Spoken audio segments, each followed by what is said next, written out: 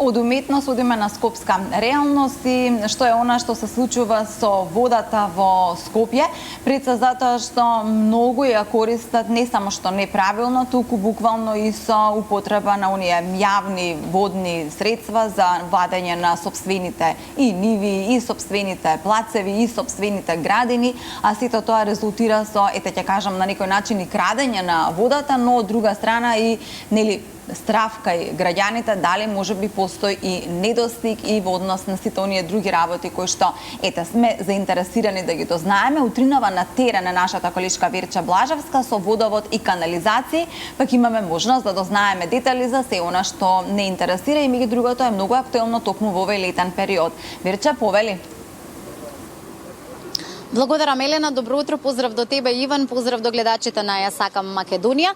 Во ова второ јавување во живо од терен ќе зборуваме токму на тема која што е многу важна во овој летен период, во овие денови кога има навистина екстремно високи температури и кога секоја капка вода би рекла дека е од големо значење. Некако како кога зборуваме за Скопје или за летото, некои вечни нешта се повторуваат нели секое лето, така и тоа со дивите приклучици, така и со тоа нерационално веројатно искористување на водата и токму затоа утро ќе позборуваме за сите оние нешта и за оние тековни или вонредни активности со Горан Ковчегарски од јавното претпријатие Водовод и канализација. Добро утро и добро ни дојдовте во Ја сакам Македонија. Добро утро, поздрав до вас и до гледачите на сите телевизија. Горан, пред да позборуваме и да го упатиме повторно оној апел и се она за кое што и во најавата кажавме, ние утро овде сме на една интервенција заедно со вашите екипи. Зашто станува збор всушност, на што се интервенира ова утро? Конкретно во случајот се работи за санација на дефектна приклучна цевка од сопречникот 1. Таа е поцинкована цевка и е релативно постара цевка и најчесто тие цевки подлежат на одредени перфорации и во моментот ние извршуваме санација на таа цевка. Се надевам дека за релативно краток временски период ќе биде саниран дефектот. Што е она што во овој летен период се случува?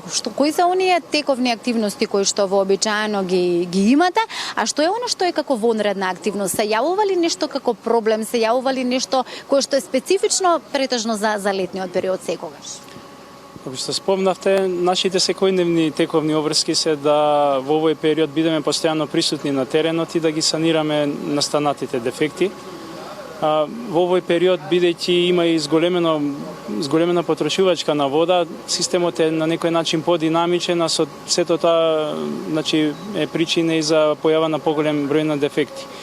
Ние сме буквално присутни во текот на целиот работен ден, меѓутоа кога има потреба и по завршување на работното време, како екипи се мобилизираме и доколку е неопходно излегуваме на терен и го санираме дефектот. На некој начин веќе како и да ми го одговори моето следно прашање, сакав да прашам зошто некако не се чини како да последниот период, последниве недели, како секогаш во лето, како почесто да ги гледаме екипите на терен да работат, како почесто да имат дефекти. Зошто се случуваат почесто во овој период? Токму од таа причина, енормното зголемување на потрошувачка на вода го раздвижува нашиот систем и сето тоа е причина за поголем број на дефекти, чисто како илустрација. Ако во некои нормални периоди во текот на годината потрошувачката на вода е со одреден капацитет, во овој период некаде е зголемено за 20% или во некои апсолутни бројки, ако кажеме, тоа е некаде помеѓу 40 и 50 илјади метри кубни зголемено потрошувачка на вода. Сето тоа се должи на некој начин би можел да речам на нерационалното трошење и несовесното трошење. Има голем број на случаи каде што во летниот период се навонуваат тревни површини, исто така се разладуваат бетонски асфалтни површини. Во овој период е актуелно и градинарските производи да ги навонуваат посебно во руралните подрачја. Топлото време само по себе ги предизвикува оние што имаат базени да ги полнат базените со водата од нашиот систем и тоа е сето причина за вака енормното зголемување на водата и од таа причина се и појавуваат овие дефекти. Меѓутоа, би требало да имаме предвид дека водата е потребна за сите граѓани на градот Скопје, посебно оние кои што се наоѓаат во повисоките делови од градот Скопје, имаат проблеми во овој период од претходно наведениве причини што ги кажав. Една од оние нешта кои што се повторуваат и една од оние причини кои што може би доведуваат и до нерационално искористување на водата, веројатно се и дивите приклучоци. Секако некако како во пораст постојано, да се најголемиот дел од нив 70%, ако не се лажам, во општина Сарај. Точно така, дивите приклучоци имаат свое влијание во зголемената потрошувачка на вода, имајќи предвид дека тие водата ја користат бесправно, односно истата не ја плаќаат, на тој начин се стимулирани да ја зголемат потрошувачката на вода. А согласно член 23, член 37 од Законот за водоснабдување и одведување на урбани води, постојат механизми каде што комуналните инспектори на општините, комуналните инспектори на градот Скопје имаат можност да изречат прекршосни пријави кои што понатаму ги проследуваат и на тој начин граѓаните сносуваат одредена консеквенца. Апелот е значи да не се користат начините на бесправно користење вода, секој оној кој што има потреба да користи водата, уредно да пријави кај нас во нашето предпријатие, ќе си добие регуларен приклучок и на тој начин ќе биде внесен во нашиот систем по регуларен пат. Она што е уште нешто актуелно во овој период кој што изминатива неколку недели се актуализираше како прашање или можеби како проблем, разработувавме и ние во утринската програма на оваа тема.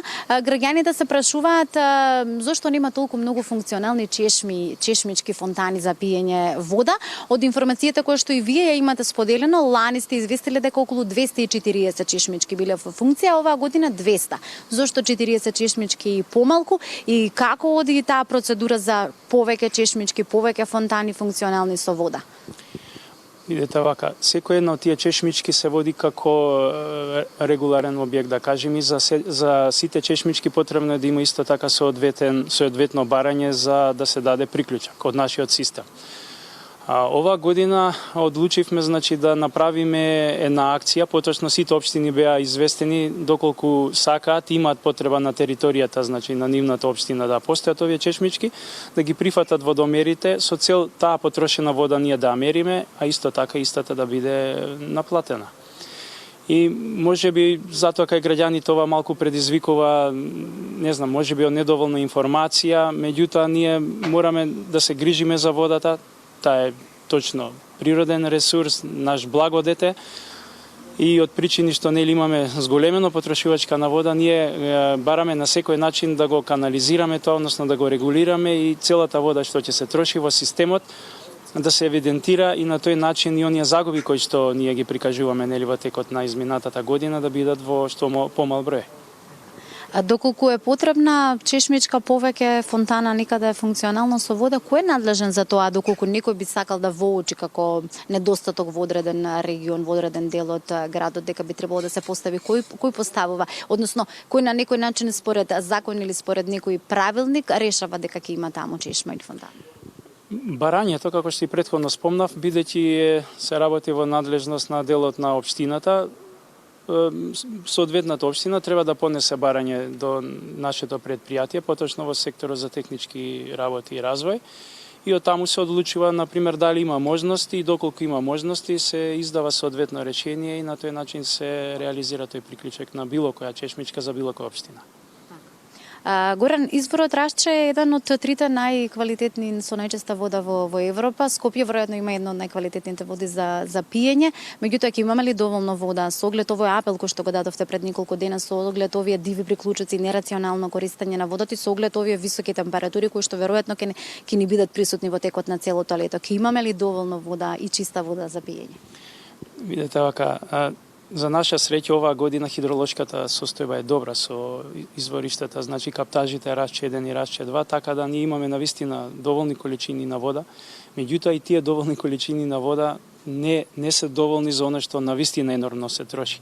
Системот си има одреден максимум на капацитет кој што може да го прими, можеме ние да го дистрибуираме. Тоа е некаде околу ваква ориентацијно 330.000 метри кумни е на дневно ниво таа количина на вода, можете да замислите колку е таа количина. И ќе се повторам, среќа наша што Рашче е добар со вода, така да ние тоа мораме да го канализираме, односно мораме да употребиме човечки ресурси, технички ресурси, таа вода да однесеме до крајните потрошувачи, али сето на претходно што го кажавме допринесува водата нерационално да се троши и на онаму каде што треба, а знаеме дека водата е првенствено наменета за пиење и за користење на оние минимални санитарни потреби, меѓутоа во домашни услови. И за да може сите граѓани, посебно во повисоките делови, да добијат одредена количина на вода, треба да се грижиме сите ние и да обезбедиме на тој начин целата вода да остане во системот. Така, веројатно како и за се друго во оваа наша убава Македонија имаме навистина многу нешта кои што само треба да ги чуваме, да ги негуваме и да се грижиме за нив, па така и за изворот Рашча, така и за водата овде во Скопје и воопшто низ Македонија. Горан, ви благодарам утрово што бевте дел од Ја сакам Македонија. Благодарам и вас. Работниците, екипите овде на јавното предпријатие Водовод и канализација веројатно се го земаат заслужениот одмор затоа што од рано утро сега почнуваат многу порано со работа уште во раните утрински часови со оглед какви се температурите изминатиот период и овој топлотен бран и веќе е топло времето може да се почувствува иако сме овде под сенка, топлото време некако си бара што повеќе течности, секако што повеќе вода. Верувам дека овие информации кои што ги дадовме во второ јавување од терен беа навистина од корист. На сите ни е важно да имаме што повеќе чиста вода за пиење, за готвење, за се она нели што ни е потребно, така да верувам дека граѓаните сите оние кои што го слушнаа овој апел навистина ќе рационално ќе ја користат водата, непотребно трошење не ни е потребно затоа што сепак имаме веројатно изгледа во Скопје долго топло лето. Благодариме Верче и на апелот и на сите потребни, да речам, корисни информации кои што ги добивме од тебе и од твојот соговорник утринава.